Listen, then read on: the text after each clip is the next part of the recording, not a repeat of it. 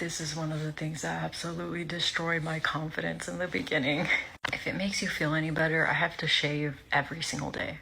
I'm not joking. I did get laser, but I never finished it. But whatever hair you grew out on testosterone or whatever hair you lost, it typically stays like that. I say typically because whatever you grow, it will continue to grow, but the hairs themselves get thinner and less rough, and the shadows that you have become less pronounced as the years go on. So unfortunately, you will continue having that hair growth, but the hairs get softer and the shadows make it less visible. Facial laser is very painful though, I'm warning you. Hi guys, welcome back to the channel. So I wanted to react to a couple of videos from a detransitioner who's given her experience of having surgeries, of being put on testosterone.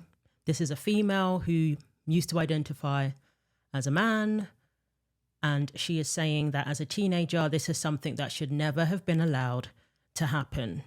And I think most of us would agree with that. She believes that these surgeries and these cross-sex hormones, all of that, shouldn't be allowed until one is 25 years old, when somebody's brain is fully developed. Okay, before I answer this, I kind of want to make this my designated video of my beliefs because people are lying about me and literally fabricating stories. It's kind of crazy.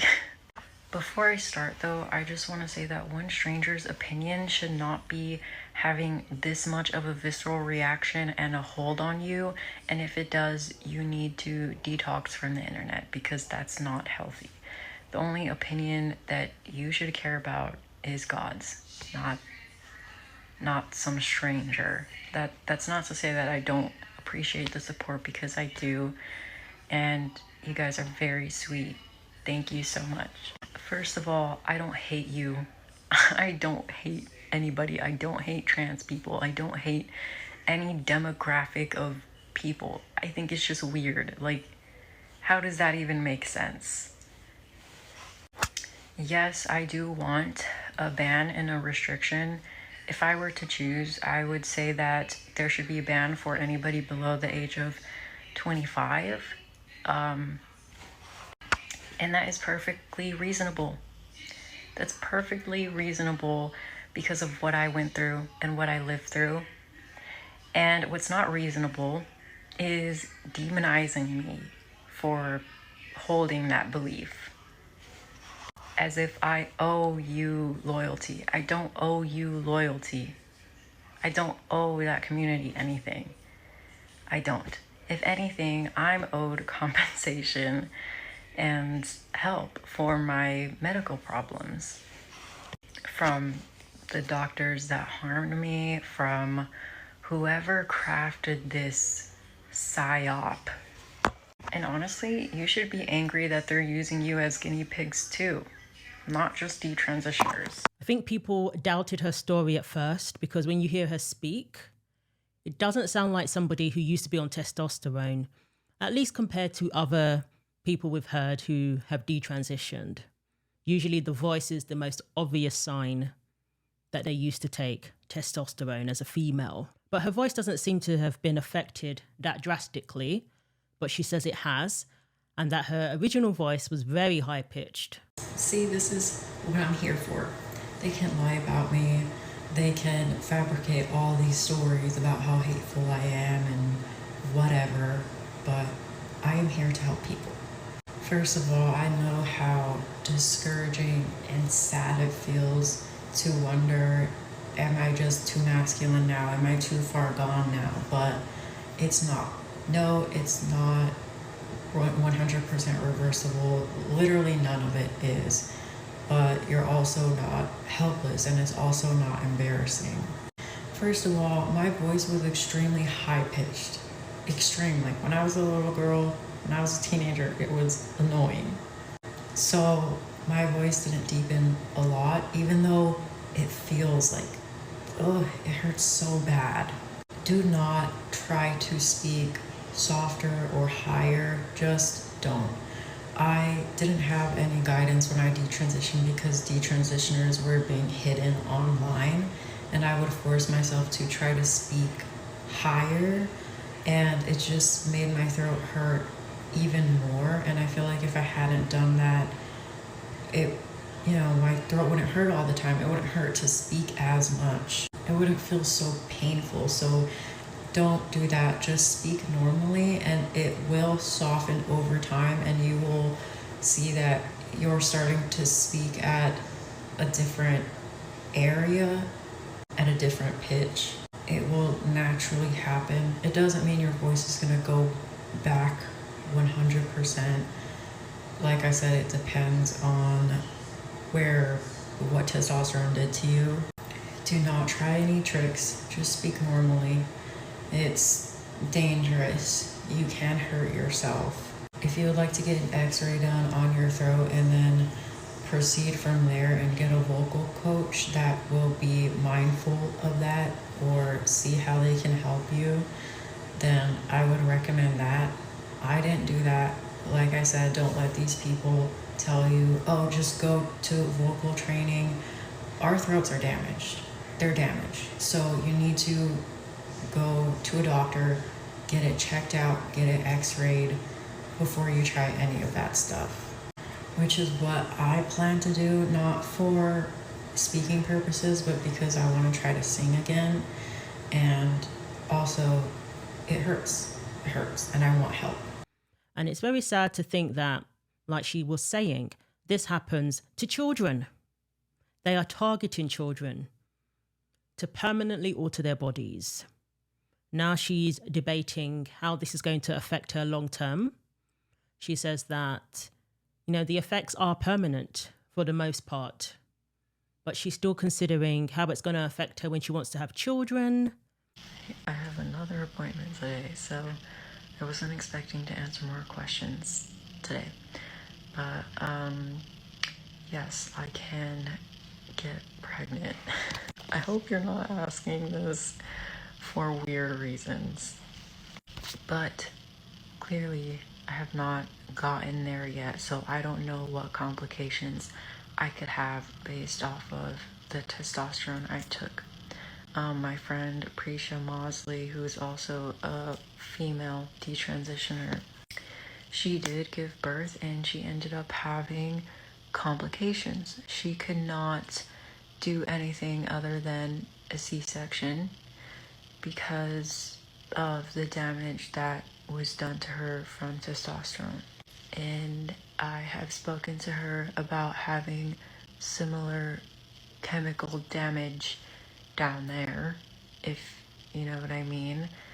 So, like I said, I'm not sure what that's gonna be like for me,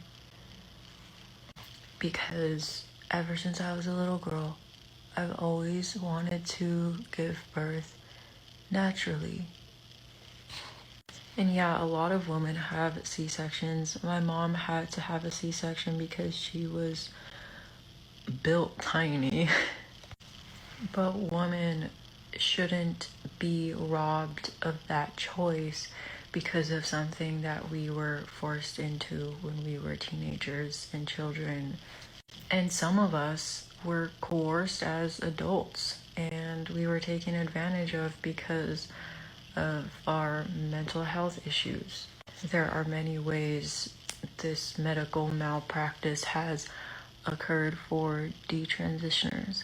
But I will say that when I was getting off of testosterone, I did have reoccurring ovarian cysts.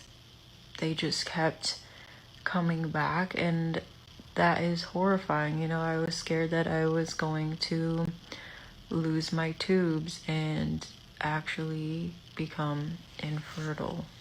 And it wasn't just coming off of testosterone, like sometimes they do just come back, but when I first came off, it was horrifying for me because I thought that one day I wasn't going to be able to achieve my dreams and be a mother naturally. I am so grateful that I can be, but I had so many complications that I truly think that God saved me right at the perfect time. Like, if I had continued testosterone, I don't know what could have happened. Also, our bodies are going to react differently. So I may be fertile, but a detransitioner that was on testosterone as long as me might not be. How it's going to affect her health in the future. And these are all the things that they don't explain to these kids, or kids don't have the capacity to understand the long-term implications. And even the doctors don't know the full extent of the long-term implications of becoming a lifelong patient, which ultimately is what they're setting these kids up for. So let's take a look. I was a teenager. Okay, first of all, I'm sorry if I'm crying and I look like a mess. I've literally been recovering from surgery for like 2 months. I hate crying on camera because I think I sound so stupid, but I just can't help it. Last year I found a cyst on my thigh. I had a dream that God told me that I would be losing both of my legs. Not literally. And then that's when I found it. And it was my injection site. I recognized my injection site because I was injecting testosterone for 3 years. I'm not stupid. And I knew exactly where because I would always pick the squishiest part of my leg so that the needles would hurt less. I would grab my fat and then pick the soft squishy. That's what I called it because I was a teenager. I couldn't walk for like 2 months. I couldn't get my surgery for like another 2. And it was infected and the infection didn't go away. Apparently, I have had it all along since my needles. Wow, so that's an aspect that I'm sure a lot of people don't think about. Even just injecting yourself every day, the implications of that. And for her, she's saying the injection site became infected. So it sounds like she had to have corrective surgery because of the infection. And the doctor said that the needles cause scar tissue. And that's why the cyst was very, very deep because only a needle can get that deep. And recovering from surgery has been so hard. Trying to sit, trying to walk. I was literally trapped the entire year last year. And this is not the hardest surgery I've had related to detransitioner at all. I have 3 scars on my stomach from surgery. I was hospitalized for 2 weeks. It's not the worst. But today I woke up and I found one on my other leg. Same spot where I used to inject. And it's weird because the pain, it feels very similar. I think you only understand this if you take testosterone, but like after you inject your needles, it feels sore. And because you're injecting it so often, there's like this specific ache to it. And your thighs feel raw when you sit down. That's what it feels like, weirdly, but it feels worse. I just think it's odd that the pain feels very similar. Like just sitting here right now with the new cyst, it's very reminiscent of what it would feel like. And I guess like maybe that should have been my red flag back then. You know, there were several times where I would inject and blood would spurt out, or when I was sitting at my school desk and I just remember my thighs being in pain.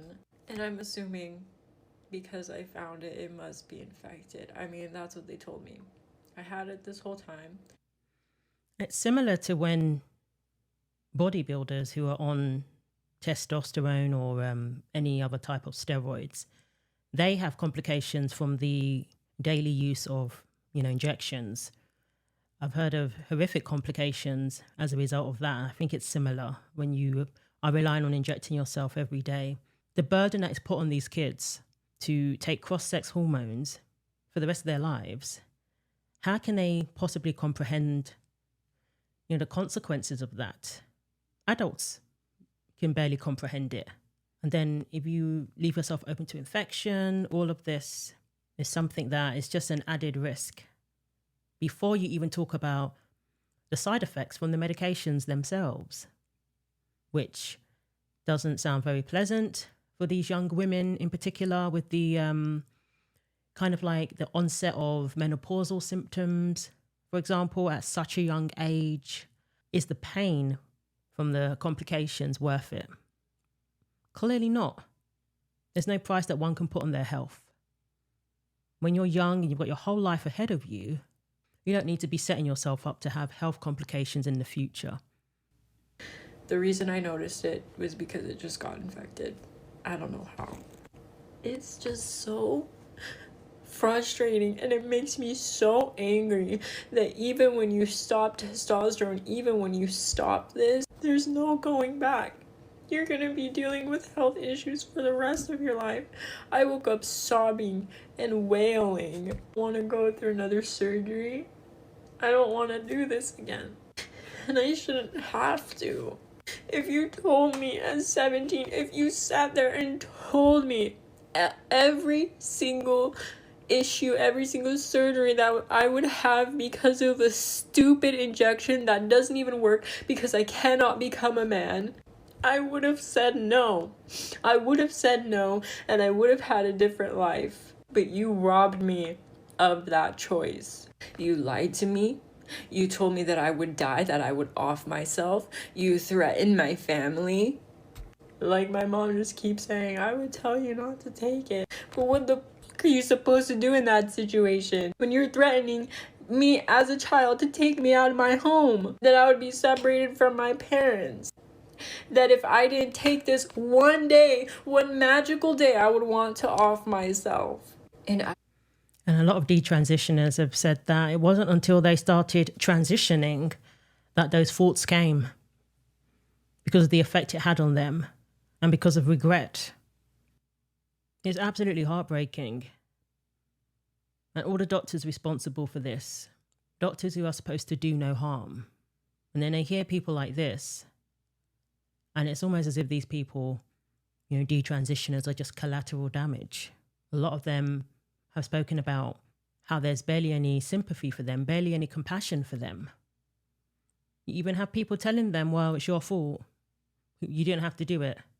Showing no regard for the fact that they were kids, pressured into this, that they were lied to, told that this was going to fix their problems, that, in order to overcome their trauma, this is the solution. This is what they've been told.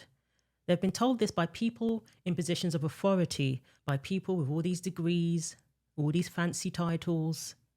These are the same people, these doctors, they weaponize their qualifications and pressure parents and say, well, I have extensive background in this area. They're the experts, apparently. When no, they're just people dumb enough to fall for an ideology that is based on a lie. I don't want to hear shit. I don't want to hear whining about, why take it out on the community? You know what? I don't think detransitioners are angry enough. I think with everything we endure, we're not hateful enough. Anybody would want to see that shit burn to the ground.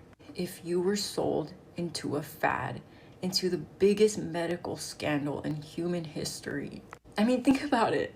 It's a lie. It's a lie. You can't switch sexes. You can't switch genders. You can't. That's like telling a child they will die if they don't take this medicine that will make them fly and grow them wings. No, you shouldn't be mean to each other. I don't encourage being divisive, but I just don't think detransitioners are angry enough. I don't think we as a society are angry enough. I mean, I literally just got threatened that some guy was gonna come shoot me in the face. But it's just never enough. It's just never enough. It never slows down.